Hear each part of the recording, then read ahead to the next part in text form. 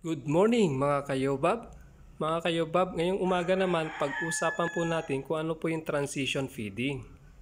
Ito po yung kalimitang pagkakamali po ng mga baguhan na nag-aalaga po ng baboy. Ang transition feeding po, ito po yung pagpalit po ng pagkain. Sa aking munting babuyan naman po, ang ginagawa ko po is 4 days transition period para po hindi po mabigla yung alaga nating baboy.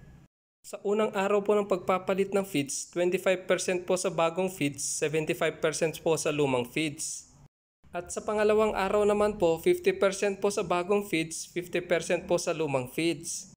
At sa pangatlong araw naman po, 75% sa bagong feeds at 25% sa lumang feeds. Mas marami na po yung bagong feeds. At sa ika-4 na araw naman po, 100% na po sa bagong feeds. Yung gagamitin po natin yung bagong feeds na po.